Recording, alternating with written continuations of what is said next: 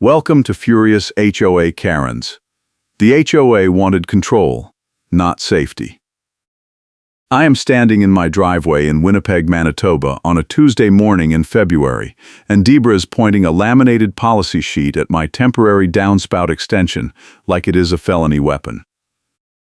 "You need to remove that modification immediately," she says, her voice sharp enough to cut through the sleet tapping on my brown puffer jacket. "You signed the covenants, now you live the covenants." I pull my blue knit beanie lower and try to keep my tone neutral. It is a temporary extension to prevent ice buildup. I will remove it in spring. She steps closer, her black belted wool coat flaring as she moves one of her orange cones to block my path to the street. Temporary does not mean unapproved. The reserve at Wintergate Winter Compliance Association has zero tolerance for unauthorized exterior modifications. You are in violation as of this morning, and the fine schedule starts today. I moved to Winnipeg 6 months ago for a water treatment plant operator position, strict schedules, no flexibility for personal emergencies. The job came with probation terms that were crystal clear. Miss a shift without notice, and I am gone. I picked this neighborhood because the listings made it sound quiet, orderly, low drama. What I did not know was that the reserve at Wintergate Winter Compliance Association runs like a military tribunal. And Debra, the rules interpretation chair who claims she wrote the covenants herself, treats every snowflake like a declaration of war. The first sign of trouble came 3 weeks ago when I shoveled my sidewalk an hour late due to an overnight equipment failure at the plant. I came home to a notice on my door, printed on heavy cardstock, explaining that winter pathway compliance is non-negotiable and that repeat offenses carry escalating administrative fees. The notice had no signature, no date stamp, just a reference number and a threat. I called the HOA management company. They told me Debra handles all winter enforcement personally and that she has the authority to levy fines on the spot. I asked for a copy of the covenant section covering temporary drainage modifications. They said they would get back to me. They never did. Now Debra is pacing in front of my driveway, her blue knit hat dusted with sleet, her laminated sheet catching the weak morning light. I have documented this violation with photos, timestamps, and a formal complaint to the board. You will receive a hearing notice within 48 hours. And if you do not remove the extension before the hearing, the fine doubles. I glance at the metal shovel with a bright red handle leaning against my garage door. I used it this morning to clear the patch of ice that formed because my downspout was dumping water directly onto the walkway. The extension fixed the problem. Removing it now would recreate a slip hazard that could get me sued if someone falls. "What is the fine amount?" I ask. She smiles, and it is not friendly. $200 per day until compliance is achieved. That is $1,400 per week, compounding if you fail to respond to the hearing summons. I let that sit in the cold air for a moment. I am on probation. I cannot miss work for HOA hearings. The city posts a potential ticket window for uncleared sidewalks, and Debra wants it on my record. If I get a citation, my landlord clause kicks in and I could lose my lease. If I lose my lease, I lose the job. The dominoes are clear. I will attend the hearing, I say, but I need the citation in writing with the specific covenant section referenced. Debra taps the laminated sheet. "This is your reference. You can request a formal packet at the hearing." "That is not how due process works," I say, keeping my voice level. "I need the written notice now so I can prepare a defense." Her expression hardens. "You signed the covenants, now you live the covenants. If you want to dispute the interpretation, you show up and make your case. But the fine clock starts today, and I can put you on the agenda and keep you there."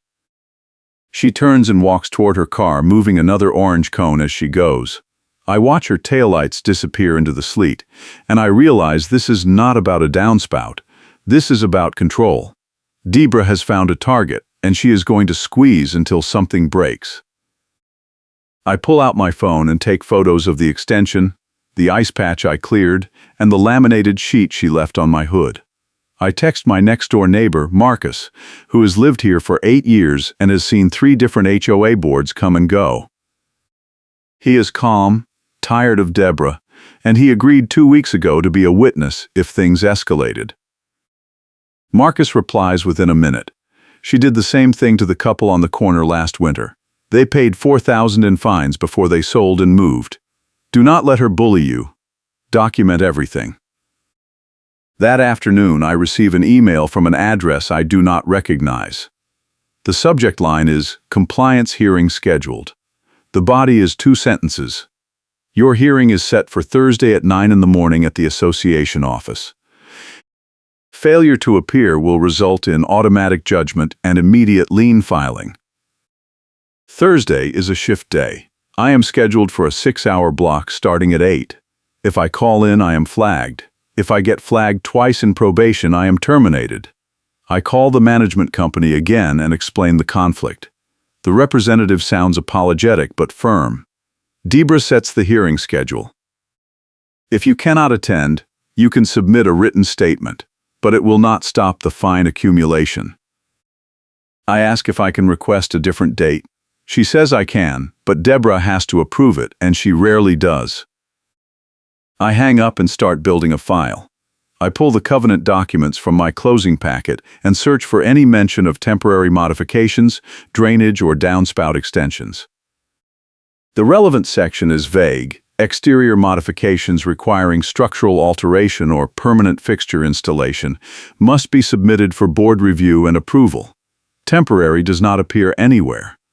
Drainage is mentioned only in the context of grading and lot slope. I print the section, highlight the key phrases, and add it to a tab binder. I include photos of the extension, the ice hazard it prevents, and the city code reference for slip and fall liability. I add timestamps and my work schedule as proof that I cannot attend the hearing without risking my job. Wednesday morning, I wake up to a notification on my phone. My gate access code has stopped working. I try it twice at the main entry, and both times the system beeps and flashes red. I call the management company. They tell me there is a glitch in the system and that maintenance is working on it. I ask if the glitch started the exact moment I pushed back on the hearing. The representative does not answer. I drive around to the service entrance and use the manual call box. The guard recognizes me and waves me through, but he mentions that 3 other residents reported access issues overnight. All 3 had recent disputes with Deborah. Thursday morning, I submit a written statement to the management company via email at 7. I explain that I cannot attend due to work obligations, that I am requesting a continuance, and that I am disputing the fine on the grounds that the covenant does not prohibit temporary non-structural drainage devices. I attach my binder contents as a PDF. At 9:15, I get a reply from Deborah directly. Your statement has been reviewed and rejected. The hearing proceeded in your absence. The board finds you in violation. The fine is now $400 per day effective immediately, and you are required to remove the extension within 24 hours or face a lien filing. You have 7 days to appeal. I read it twice. $400 per day, that is $2,800 per week. I do the math. If this drags out for a month, I am looking at $11,000. If it goes to lien, my credit is destroyed, and my lease clause triggers. I call Marcus. He is shoveling his driveway, and I can hear the scrape of his shovel on concrete. She is insane, he says. But she is not stupid. She knows you cannot fight this without missing work, and she knows you are on probation. She is betting you will fold. I ask him if he has ever seen anyone win against her. He pauses. One guy did, 3 years ago. He got a lawyer, fought it in small claims, and proved the fine was punitive and not tied to actual damages. The board backed down, but it cost him $6,000 in legal fees. Deborah hated him until he moved. I thank him and hang up. I open my laptop and start researching Winnipeg small claims procedures. The filing fee is minimal, but the process takes months, and I would need to attend hearings. That is not an option. Then I remember something Marcus mentioned last month. He said Deborah had been late on her own dues twice last year, and that the board let it slide because she is the rules chair. I ask him to confirm. He sends me a screenshot from the neighborhood group chat where another resident complained about selective enforcement. The post was removed within an hour, but Marcus saved it. I add it to my file. It is not enough to stop the fine, but it is leverage. If Deborah is not even current on her own dues while lecturing everyone else, the board has a credibility problem. Friday afternoon, I receive a certified letter. Inside is a notice of lien intent.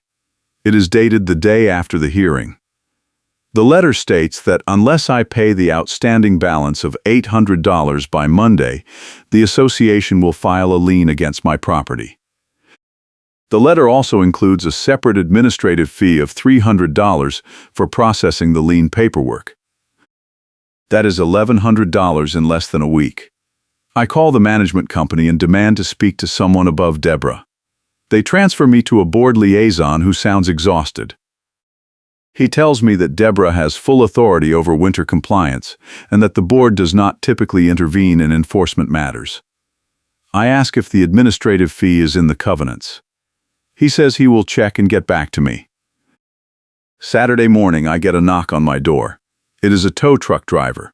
He tells me that the HOA has authorized a tow for a vehicle parked in violation of winter storage rules. I look at my truck. It is in my driveway, inside my property line, fully registered and insured. I ask him what rule I am violating. He shows me a work order on his phone. The order says the vehicle is parked in a fire lane. I point out that my driveway is not a fire lane. He shrugs and says he is just following the order. I ask who authorized it. He shows me the name on the order, Deborah Moore. I tell him I am not moving, and I am not letting him tow the truck. He says that is fine, but he is required to report the refusal, and that could result in additional fines. I take a photo of his truck, his plate, and the work order on his phone. He leaves. 10 minutes later, Marcus texts me. Deborah is in the parking lot with a clipboard, pacing and talking on her phone. He sends a photo. Deborah is standing next to the tow truck, gesturing emphatically, her orange cones arranged in a line behind her like a barricade. I grab my coat and head outside. When I reach the parking lot, Deborah is still on the phone. The tow truck is idling, the driver leaning against the cab. I walk up and ask Deborah why she authorized a tow for a legally parked vehicle. She ends her call and turns to face me. Your vehicle is in violation of overnight parking restrictions during snow removal operations. I point to the cleared pavement under my truck. There is no snow removal happening. The lot was plowed 2 days ago. She taps her clipboard. The restriction is in effect for 72 hours after any snow event. You parked during the restriction window. I pull out my phone and show her the weather app. The last snow event was 4 days ago. The restriction expired yesterday. She does not even look at the screen. The board has the authority to extend the window if conditions warrant. I extended it this morning. That is retroactive enforcement, I say. You cannot change the rules after the fact and then penalize me for something I did before the change. You signed the covenants, now you live the covenants, she says, her voice rising.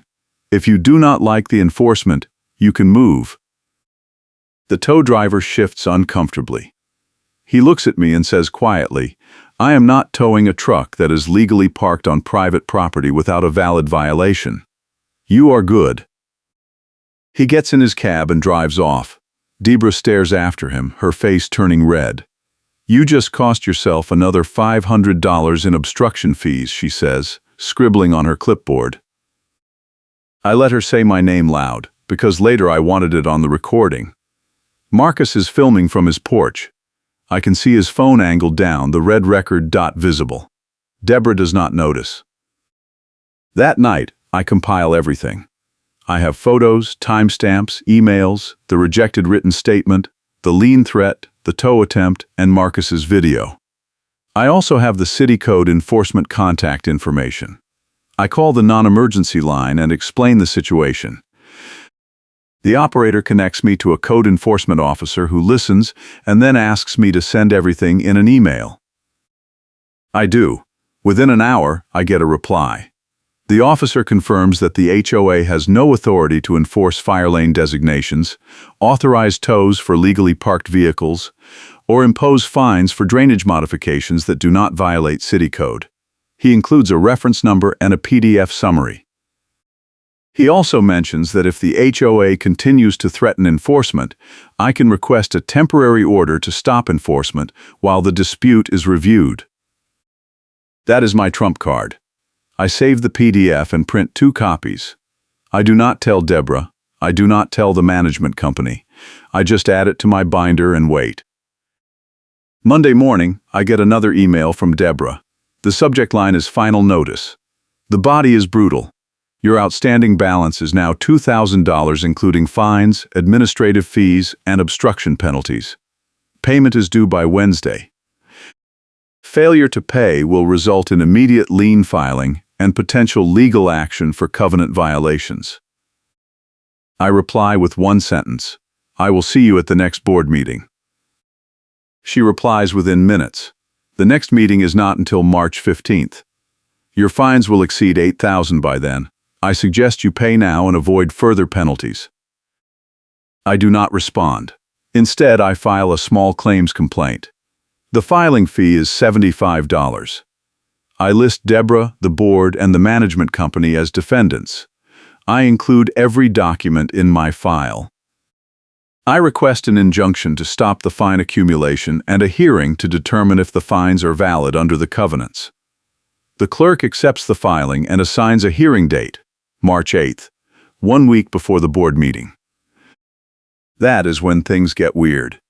2 days later, I receive a certified letter from a law firm I have never heard of. The letter is on behalf of Deborah personally. It accuses me of harassment, defamation, and filing a frivolous lawsuit.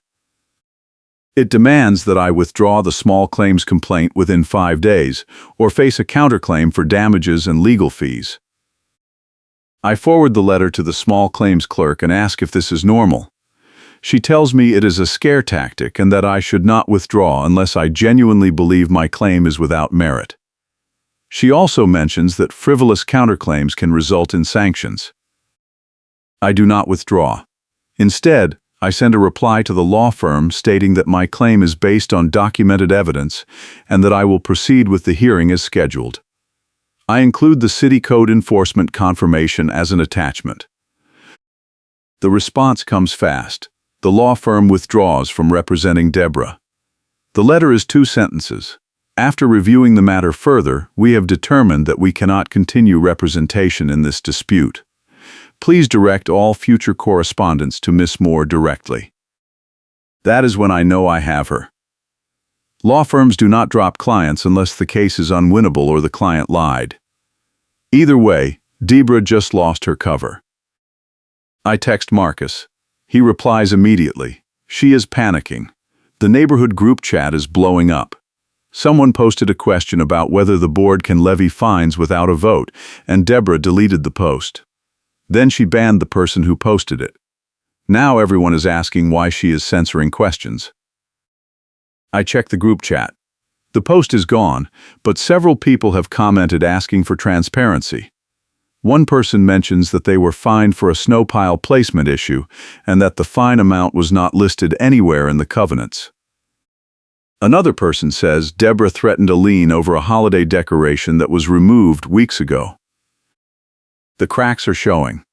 Deborah has been running enforcement like a personal fiefdom, and now people are comparing notes.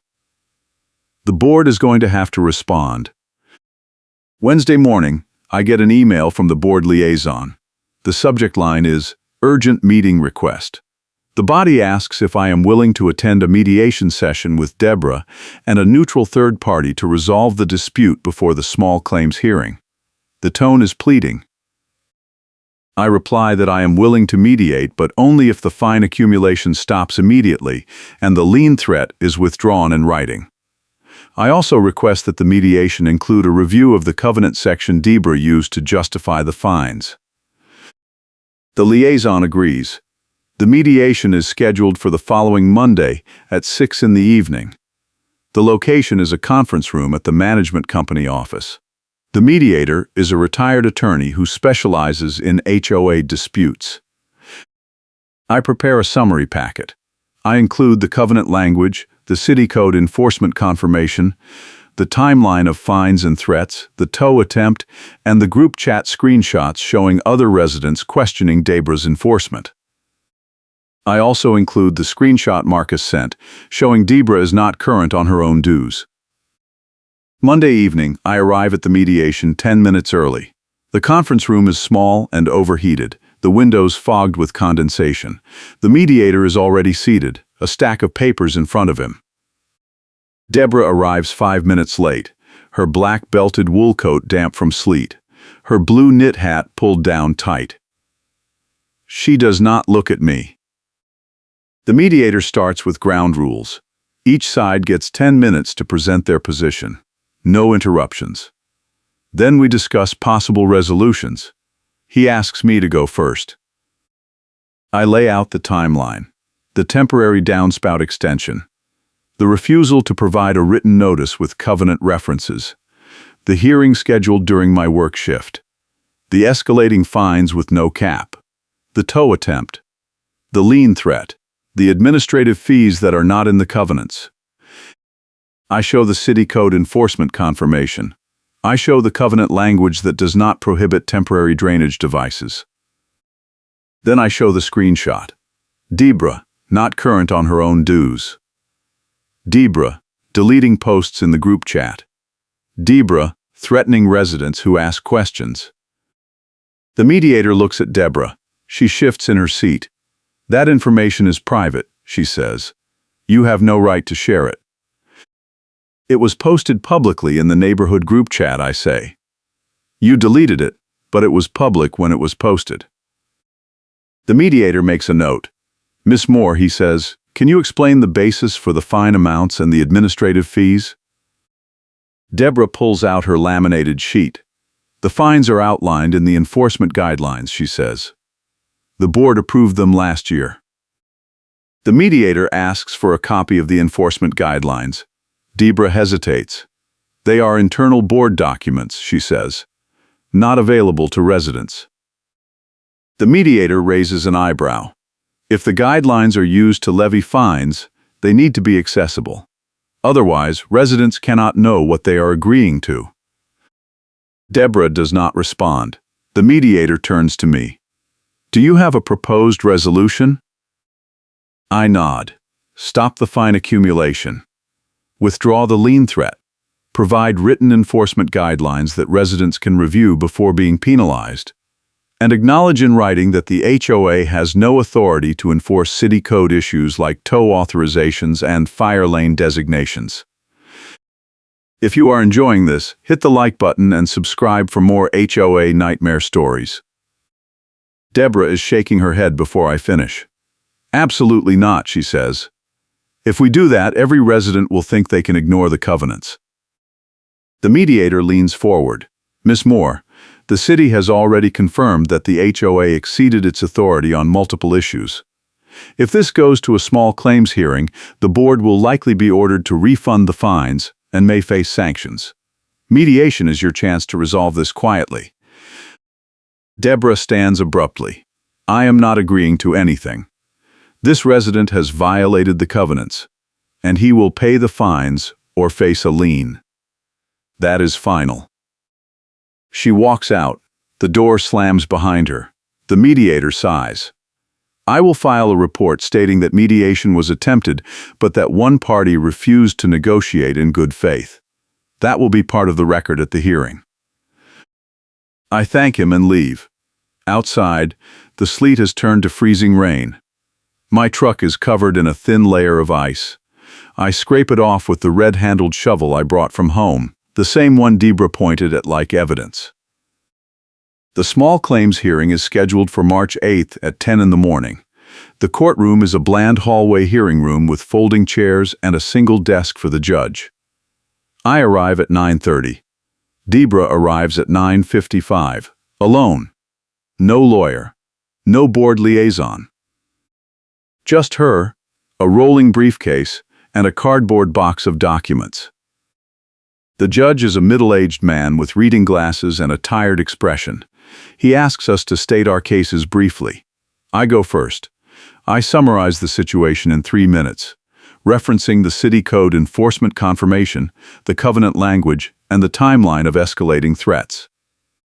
I hand the judge a copy of my packet. Debra goes next.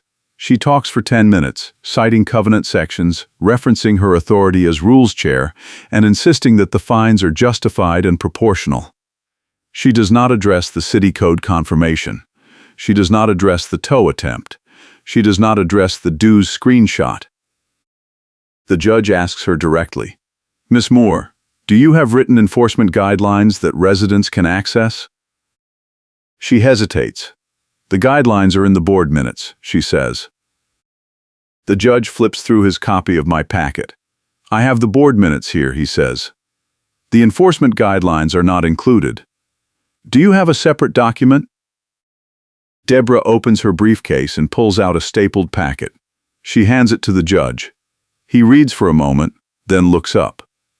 "This document is dated last month," he says. "These fines were levied 6 weeks ago. How can you enforce guidelines that did not exist at the time of the violation?" Debra stammers. "The guidelines were verbally approved in January," she says. The judge sets the packet down. "Verbal approval is not sufficient for financial penalties," he says. "The fines are invalidated. Miss Moore, you are ordered to refund any payments made by the plaintiff and to withdraw the lien threat immediately. You are also ordered to provide written enforcement guidelines to all residents within 30 days. If you fail to comply, the board will be subject to sanctions." He signs an order and hands copies to both of us. Debra takes hers and leaves without a word. I thank the judge and walk out into the courthouse hallway. Marcus is waiting by the exit. He grins. "You won," he says. I nod. But it is not over. Debra is going to retaliate. She always does. He shrugs. Let her. Everyone knows now. The group chat is full of people asking when the next board election is. She does not have the votes anymore. I drive home, the order folded in my pocket.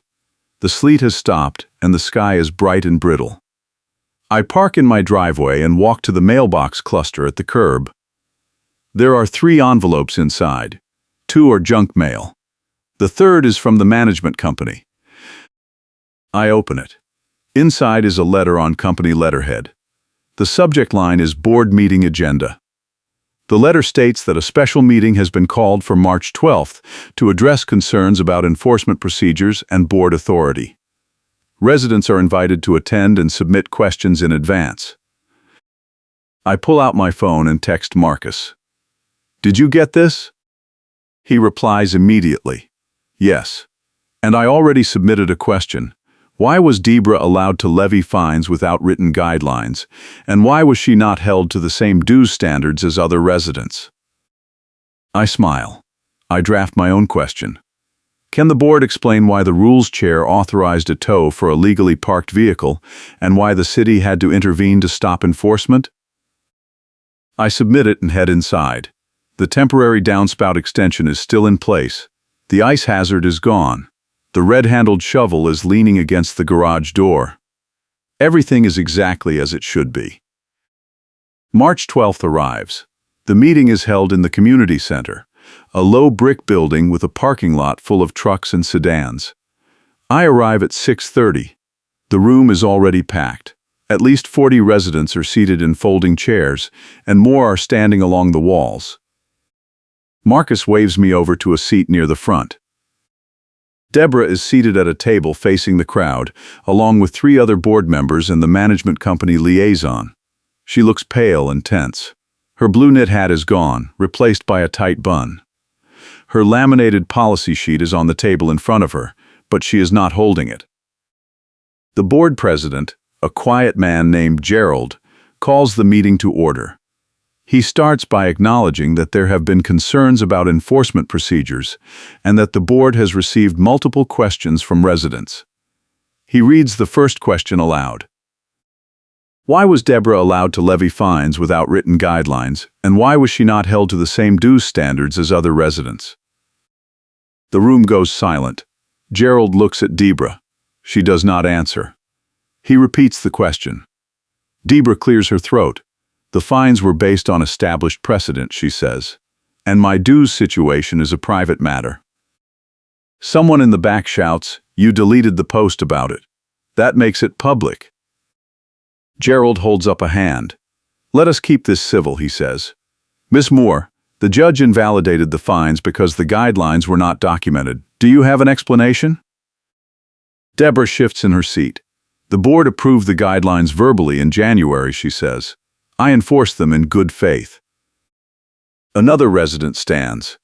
"I was fined $200 for a snow pile that was in my own yard. I never got a written notice. I never got a hearing. I paid because you said you would file a lien if I did not. Are you telling me that fine was not valid either?" Gerald looks uncomfortable.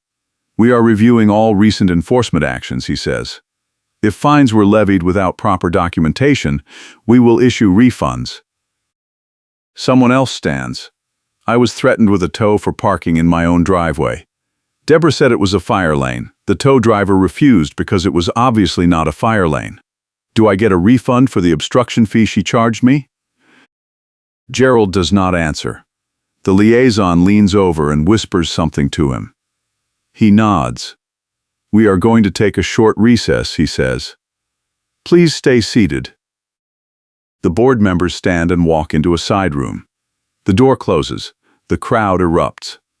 People are talking over each other, sharing stories, comparing fines. Marcus leans over. "This is a disaster," he says. "The board has no idea how deep this goes." 10 minutes later, the board returns. Gerald looks shaken. He sits and clears his throat. "After consulting with our legal counsel, we have determined that we need to bring in a neutral third party to review all enforcement actions from the past year." The HOA agrees to mediation with a neutral third party to address disputes and establish clear guidelines moving forward. A woman near the front raises her hand. "What about Deborah? Is she still the rules chair?" Gerald hesitates. "That decision is pending review," he says. The woman stands. "I move to remove Deborah from the rules chair position effective immediately," she says. "Do I have a second?"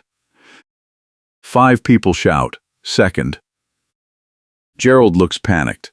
"We cannot hold a vote without proper notice," he says. The woman pulls out a printed packet. "I have a neighbor petition that forces a vote during the meeting," she says. "I collected signatures from 32 residents. That is more than the quorum requirement. We are voting tonight." She hands the packet to Gerald. He flips through it, his face going white. He looks at the liaison. The liaison nods reluctantly. "The petition is valid," he says. Gerald sets the packet down. "All right," he says. "We will hold a vote. All in favor of removing Deborah Moore from the rules chair position, raise your hand." Nearly every hand in the room goes up. Gerald counts. "The motion passes," he says. "Miss Moore is removed from the rules chair position effective immediately." Deborah stands abruptly, her chair scraping the floor. "You cannot do this," she says. "I wrote the covenants. I built this association." The woman with the petition stands. "No, you did not," she says. "The developer wrote the covenants. You just enforced them selectively to punish people you did not like." Deborah grabs her briefcase and the cardboard box. She walks toward the exit, her face red. As she passes my row, she stops and glares at me. "You ruined everything," she says. I meet her gaze. "You ruined it yourself," I say. "I just proved you had no authority." She leaves. The door slams. The room erupts in applause. Gerald holds up a hand. "We still have business to address," he says. The board will issue refunds for all invalid fines within 30 days. We will publish written enforcement guidelines and distribute them to every resident. And we will hold elections for a new rules chair in April. The meeting continues for another hour. Residents ask questions about the mediation process, the refund timeline, and the election procedures. Gerald answers as best he can. But it is clear the board is scrambling. The management company liaison takes notes and promises follow-up emails. When the meeting ends, I walk out into the parking lot with Marcus. The night is clear and cold, the stars bright overhead. "You did it," Marcus says. "You took her down." I shake my head. "I did not take her down," I say. "She took herself down. I just made sure everyone saw it." He laughs. "Either way, she is gone, and the board is going to think twice before they try this again." I drive home. The temporary downspout extension is still in place. The ice hazard is still gone. The red-handled shovel is still leaning against the garage door. Everything is exactly as it should be. 2 days later, I receive an email from the management company. The subject line is "Refund issued." The body states that a check for $2,000 has been mailed to my address, covering all fines and administrative fees. The email also includes an apology on behalf of the board and a copy of the new enforcement guidelines. I open the guidelines. They are 3 pages long, clearly written, and include specific fine amounts tied to documented covenant violations. There is a section on dispute resolution that requires written notices, hearing opportunities, and board votes before any lien filings. There is also a section on transparency that requires all enforcement actions to be reported in the monthly board minutes. It is not perfect, but it is a start. I forward the guidelines to Marcus. He replies with a thumbs-up emoji. The next board meeting is in April. The election for a new rules chair is on the agenda. 3 residents have submitted their names. None of them are Deborah. I do not attend the meeting. I am scheduled for a shift at the plant, but Marcus texts me updates. The new rules chair is a retired engineer who has lived in the neighborhood for 15 years. He ran on a platform of fairness, transparency, and common sense. He won by a landslide. Marcus also sends me a screenshot from the neighborhood group chat. Someone has posted a question about Deborah. The post says, "Has anyone seen Deborah lately? I have not seen her at the mailboxes or the clubhouse in weeks." Another resident replies, "She moved. I saw a moving truck at her house last Saturday. No forwarding address." I stare at the screenshot. Deborah is gone.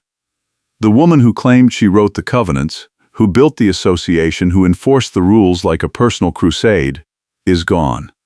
And she left without a word. Spring arrives slowly. The snow melts in patches, leaving dark wet pavement and muddy grass. I remove the temporary downspout extension and store it in the garage. The ice hazard is gone. The sidewalks are clear. The orange cones are gone. The new rules chair sends a newsletter to all residents. It includes a summary of the enforcement guidelines, a schedule of board meetings, and an invitation to join a neighborhood committee focused on winter safety. The tone is friendly and collaborative. It is nothing like the notices Deborah used to send. I run into Marcus at the mailbox cluster one afternoon. He is holding a stack of envelopes and grinning. "Did you see the newsletter?" he asks. I nod. "It is a huge improvement," I say. He laughs. "The best part is the last paragraph," he says. "It says that all enforcement actions will be subject to board review before any fines are issued. No more one-person shows." I smile. "That is exactly what we needed," I say. He claps me on the shoulder. "You made this happen," he says. "You stood up when no one else would." I shake my head. "You helped," I say. "If you had not filmed that parking lot confrontation, I would not have had the proof I needed." He shrugs. "That is what neighbors do," he says. "We look out for each other." I walk back to my driveway. The red-handled shovel is leaning against the garage door. I pick it up and hang it on the wall inside. I do not think I will need it again until next winter. That evening, I get a message on the neighborhood group chat. It is from the woman who submitted the petition at the meeting. She is organizing a spring cleanup event and asking for volunteers. I reply that I am in. So do 15 other residents. The cleanup event is scheduled for the following Saturday. I arrive at 9 in the morning with work gloves and a trash bag. Marcus is already there, along with a dozen other residents. We spend 3 hours clearing debris from the common areas, trimming overgrown shrubs, and repainting the mailbox cluster. The new rules chair shows up with coffee and donuts. He thanks everyone for volunteering and mentions that the board is planning a summer barbecue to celebrate the new guidelines. The tone is light and positive. It is a complete contrast to the tension and fear that defined the neighborhood under Debra. By the end of the day, the neighborhood looks better than it has in months. The common areas are clean, the mailboxes are freshly painted, and the tension that hung over everything during the winter is gone. People are talking and laughing. Kids are riding bikes. It feels like a real community again. I walk home as the sun sets. The sky is pink and orange, the last light reflecting off the wet pavement. I think about the past few months, the downspout extension, the escalating fines, the tow attempt, the lien threat, the mediation, the hearing, the board meeting, the petition, the vote. It all started because I tried to prevent an ice hazard. And it ended because I refused to let one person weaponize the rules to punish me for standing up. Debra is gone. The board is reformed. The neighborhood is healing. And I have my life back. I pull out my phone and check my email. There is a message from the water treatment plant supervisor. It is a performance review. The tone is positive. The review notes that I have been reliable, punctual, and professional. My probation period is officially over. I smile. The job is secure. The HOA is under control. The winter is over. Everything is exactly as it should be. A few weeks later, I am walking to my truck when I see a new resident moving into Debra's old house. A young couple with a toddler. They wave as I pass. I wave back and introduce myself.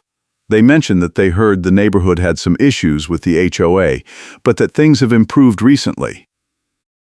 I nod. It is much better now, I say. The new board is fair and transparent. You will like it here. The woman smiles. That is good to hear, she says. We were worried when we saw some of the old posts in the group chat. But everyone we have met so far has been really welcoming. I tell them if they have any questions or concerns, they can reach out to Marcus or the new rules chair. They thank me and head back inside. I get in my truck and drive to work. The roads are clear. The sky is bright. The air smells like wet earth and new grass. Spring is here, winter is over, and the HOA nightmare is finally behind me. When I get home that evening, there is a package on my doorstep. I open it. Inside is a thank you card from the woman who submitted the petition. The card says, "Thank you for standing up. You gave us the courage to speak up. The neighborhood is better because of you." I set the card on the kitchen table and look out the window. The sun is setting. The sky is pink and gold. The neighborhood is quiet and calm. The red-handled shovel is hanging on the garage wall. The temporary downspout extension is stored away. Everything is exactly as it should be. I think about Debra. I wonder where she is now. I wonder if she learned anything. I wonder if she understands that her obsession with control destroyed the very thing she claimed to protect. But mostly, I do not think about her at all. Because she is gone. And I am still here. And the neighborhood is healing. And that is enough. Thanks for watching, and I appreciate you being here.